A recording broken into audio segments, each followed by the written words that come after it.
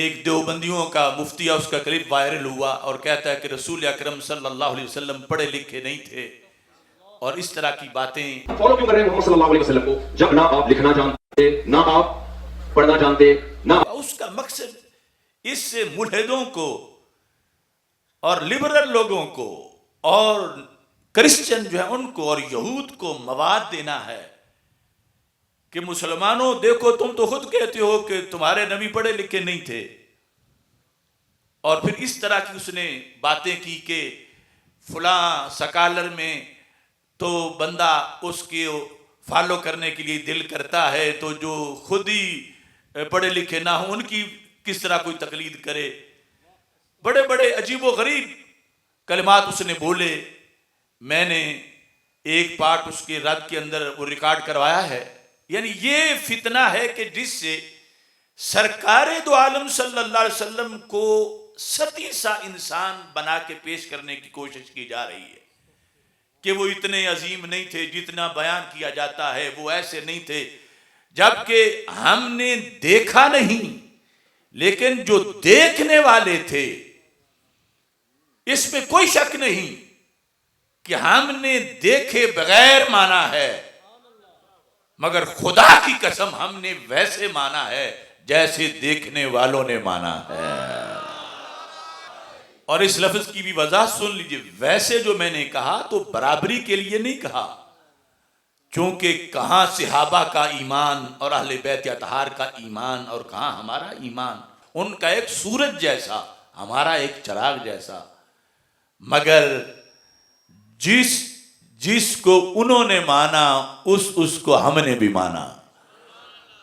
جو پیٹرن تھا عقیدے کا ان کا وہی ہمارا ہے، اور اس کو ہم دلائل سے ثابت کر سکتے ہیں. اور سید عالم نور مجسم شفیع معظم صلی اللہ علیہ وسلم کے لحاظ سے اس وقت صورتحال کیا تھی؟ سرکار دو عالم صلی اللہ علیہ وسلم کو کیا وہ اپنے جیسا سمجھتے تھے اور یا محض ایک ڈاکیے جیسا سمجھتے تھے، یا پورے دین کا محور سمجھتے تھے کہ جس کے ذریعے سے قیامت تک دین اسلام اور بعد میں بھی قائم رہے گا؟ تو صحابہ کرام رضی اللہ تعالی عنہم جب حدیبیہ میں بیٹھے تھے، صحیح بخاری شریف میں ہے، تو قریش کا سفیر جس کا نام عروہ بن مسعود تھا آیا تو کٹر کافر تھا، مگر گیا تو نور اسلام کی جھلک لے کے گیا. وہ جو اسے چمک ملی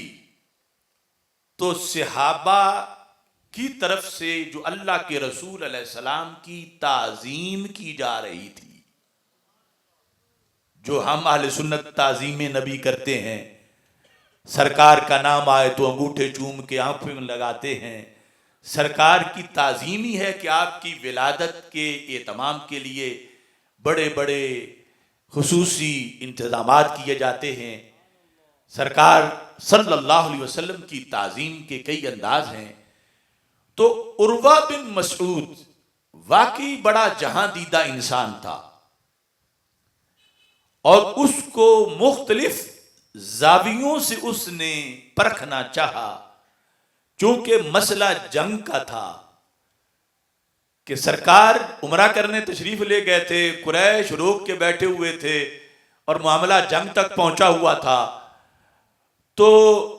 اس نے یہ جائزہ بھی لیا کہ یہ لوگ لڑیں تو کیا کریں گے، چونکہ ایک تاثر قریش یہ پیش کرتے تھے، یہ بھی ایک سازش تھی کہ ہماری برادری کا بندہ تھا اور اس کو شوق تھا بادشاہ بننے کا، اور بادشاہ بن کے اس نے فوج بھرتی کر لی ہے. تو جس طرح بادشاہوں کی فوجیں لڑتی ہیں، کچھ بھاگ جاتے ہیں کچھ رہ جاتے ہیں، اگر لڑائی ہوئی تو ایسا ہی ہونا ہے. یہ ان کا تاثر تھا. عروہ بن مسعود جب دیکھ کے گئے واپس تو قریش کے قدموں سے زمین نکال دی. کہا وفدت علی الملوک وفدت علی کیسر و کسرا والنجاشی واللہ ان رأیت مالکا یعظمہ اصحابہ ما یعظم اصحاب محمدن صلی اللہ علیہ وسلم. کہنے لگے قریش کچھ نہ پوچھو، میں کیسر کے پاس بھی تمہارا نمائندہ بن کے گیا، میں کسرا کے پاس بھی تمہارا سفیر بن کے گیا، میں نجاشی کے پاس بھی تمہارا ترجمان بن کے گیا۔ یعنی واقعی وہ اس وقت کی ساری بڑی حکومتوں میں قریش کا سفیر رہ چکا تھا، مگر کہتا ہے جب میں حدیبیہ پہنچا ہوں، جس دن سے مدینہ دیکھ لیا ہم ساری بہاریں بھول گئے۔ وہ کیسر و کسرا کے درباروں کی رونقیں اور ان کے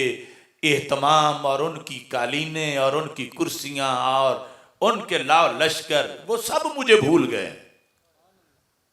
خدا کی قسم ہے، عروہ نے کہا، میں نے آج تک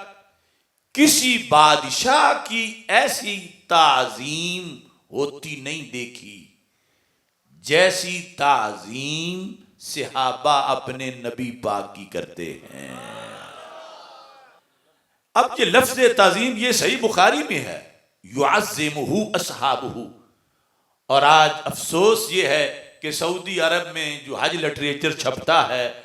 اس میں ہزاروں کتابیں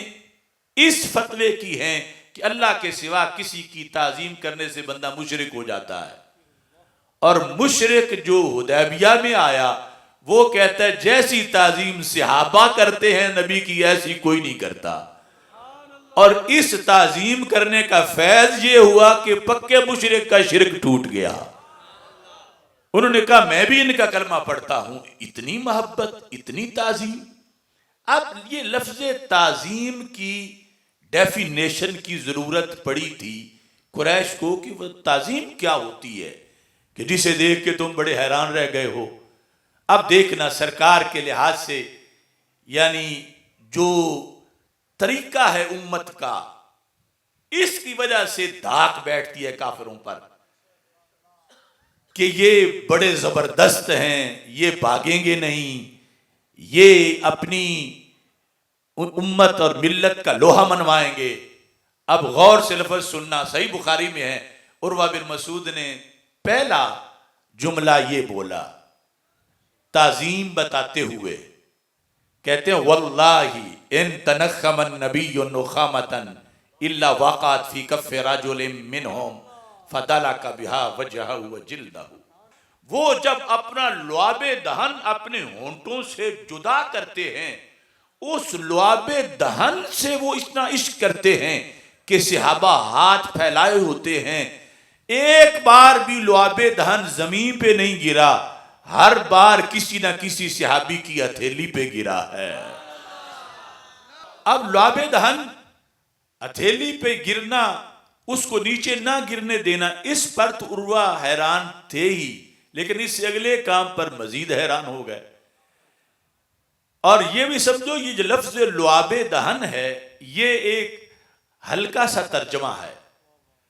اصل میں جو لفظ نخامہ ہے، ایک تو ہوتا ہے بساک، ایک ہوتا ہے بزاک، وہ لعاب کے لیے ہوتا ہے۔ نخامہ اس کھنگار کو کہتے ہیں جو سینے سے آئے، اور وہ عام تھوک سے زیادہ باعث نفرت ہوتا ہے، مگر میرے آقا صلی اللہ علیہ وسلم کا لعاب دہن تھوک تو نہیں، یہ تو چشمہ رحمت کی جھاگ ہے۔ وہ لعاب دہن جب دشمن نے دیکھا، عروہ بن مسعود جو حالت کفر میں آیا ہوا تھا کہ لعاب دہن جس کی تلی پہ ہتھیلی پہ آیا ہے، یہ نہیں کیا کہ اس نے رومال سے صاف کر دیا ہو، کپڑوں سے صاف کر دیا ہو، کہتے ہیں میں حیران تھا فدلک بہا وجہہ، یعنی سب سے اہم تو چہرہ ہے جو بندہ اس کو ہر وقت ستھرا رکھنا چاہتا ہے اور خوبصورت بنانا چاہتا ہے، کہتا ہے جسے ملتا تھا وہ اپنے چہرے پہ لگاتا تھا۔ تو میں نے کسرا کے پاس ایسا ایک بندہ بھی نہیں دیکھا، میں نے کیسر کے پاس ایسے محب نہیں دیکھے، میں نے نجاشی کے پاس ایسا کوئی بندہ نہیں دیکھا۔ قریش سمجھ جاؤ یہاں معاملہ اور ہے، بادشاہوں کا معاملہ اور ہے، جو اپنے محبوب علیہ السلام کا لعاب دہن نیچے نہ گرنے دیں، ان کا لہو کیسے نیچے گرنے دیں گے؟ ایسے کاموں کا اثر کتنا پڑتا ہے۔ بظاہر تو یہ ایک عام لوگوں کے لحاظ سے معمولی سا کام تھا، بلکہ کچھ دوسرے فرقے والے کہیں گے کہ یہ تو وہ کوئی بدعت کر رہے تھے، فضول کام کر رہے تھے، لیکن نمازوں کا اثر جو کہ بالیقین فرض ہے اور کوئی چھٹی نہیں، اور وہ سارے نمازیں پڑھ رہے تھے حدیبیہ میں بیٹھے ہوئے، 3 دن انہیں نمازیں پڑھتے بھی عروہ بن مسعود نے دیکھا، مگر قریش کو جا کے نمازوں سے نہیں ڈرایا،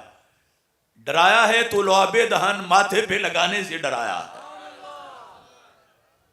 یعنی ایسی چیزیں جو رسالت کے ساتھ تعلق اور پیار کی ہیں، یہ غلبہ اسلام کی ایک خاص دلیل ہے۔ ہر چیز ضروری ہے، چہرے پہ داڑھی کی سنت ہو یہ بھی غلبہ اسلام کے لیے ہے، سر پہ امامہ ہو یہ بھی غلبہ اسلام کے لیے ہے، رمضان کا روزہ ہو، نماز پنجگانہ ہو، حج ہو، یہ ساری چیزیں ہیں۔ مگر قریش کا وہ سفیر، صحابہ سمجھ رہے تھے یہ ہمارا راستہ روک کے بیٹھے ہوئے ہیں، یہ دشمن نبی کا یہ آیا ہوا ہے،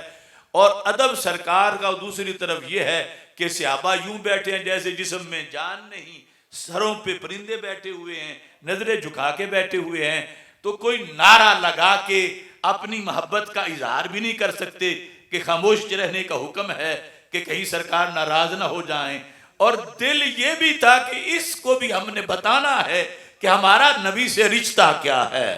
لہٰذا انہوں نے یہ بات محبت سے خود ہی گھڑ لی، لیکن سرکار کا لعاب ماتھے پہ لگائیں گے تو اتنا دل 2 نفل پڑھنے سے اس کا نہیں جلے گا جتنا لعاب دہن سے جلے گا۔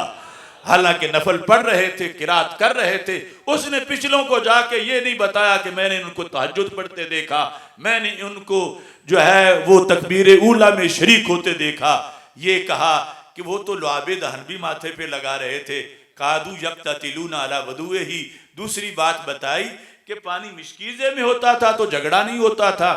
وہی پانی جب سرکار دو عالم صلی اللہ علیہ وسلم وضو کے لیے استعمال کرتے تھے تو ایک ایک قطرے کے لیے جھگڑا ہوتا تھا، ہر ایک وہ لیتا تھا، اور حدیث بتا میں ہے کہ جسے نہیں ملتا تھا وہ اس کے ہاتھ پہ ہاتھ رگڑتا تھا جس پہ کوئی قطرہ گلا ہے۔ یہ توہم پرستی نہیں، یہ صحابیت کا عشق تھا۔ صحیح بخاری میں ہے کہ جسے کوئی قطرہ نہیں ملا وہ اس ہاتھ پہ ہاتھ رگڑ رہا ہے جہاں پہ کوئی قطرہ گرا ہے۔ آج لوگ اس کو بریلویت کہتے ہیں، میں کہتا ہوں اگر یہ بریلویت ہے تو یہ پھر دور صحابہ سے چل کے آئی ہے، کہ صحابہ توہم پرستی نہیں کر رہے تھے، ان کا عقیدہ تھا کہ جہاں ایک قطرہ گرا ہے سرکار دو عالم صلی اللہ علیہ وسلم کے مستعمل پانی کا، یقیناً اس ہاتھ سے میرا ہاتھ بھی برکت والا بن جائے گا۔ یہ دوسری بات کی، اور کہا اذا امرا فابتدروا امرہ۔ قریش یہ بات بھی ہے، یہ نہیں کہ صرف ہاتھ کو چومیں اور مشکل وقت آئے تو آگے پیچھے دیکھنا شروع کر دیں، کہنے لگے آرڈر ایک کو ہوتا ہے تیار سارے ہو جاتے ہیں، ہر ایک چاہتا یہ کام میرے حصے میں آئے۔ اور پھر اذا تکلم خفضوا اصواتهم، جب انہیں ضرورت پڑتی ہے اپنے رسول علیہ السلام سے گفتگو کرنے کی تو اپنی آواز سرکار کی آواز سے پست رکھتے ہیں۔ لوگ تو ذات کی برابری کر رہے ہیں، وہ بات کی برابری بھی نہیں کرتے تھے۔ اور پھر 5ویں بات بتائی، کہتے ہیں میں حیران ہوں، وہ آنکھوں سے بھی تعظیم کرتے ہیں۔ پھر لفظ تعظیم بولا، کیسے؟ کہتے ہیں ما یحدون الیہ النظر تعظیما لہو، کہ وہ قبیلوں کے سردار غلام بن کے بیٹھے ہیں، ابو بکر و عمر بیٹھے ہیں، طلحہ و زبیر بیٹھے ہیں، عثمان و علی بیٹھے ہیں۔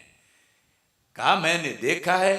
وہ دیکھنے میں پوری آنکھیں کھول کے اس طرح سیدھا سرکار کے چہرے کو نہیں دیکھتے، نگاہیں جھکا کے تھوڑا تھوڑا دیکھتے ہیں تاکہ کہیں دیکھنے میں بے ادبی نہ ہو جائے۔ اب اس سے متاثر ہوا کافر اور اس نے کلمہ پڑھا،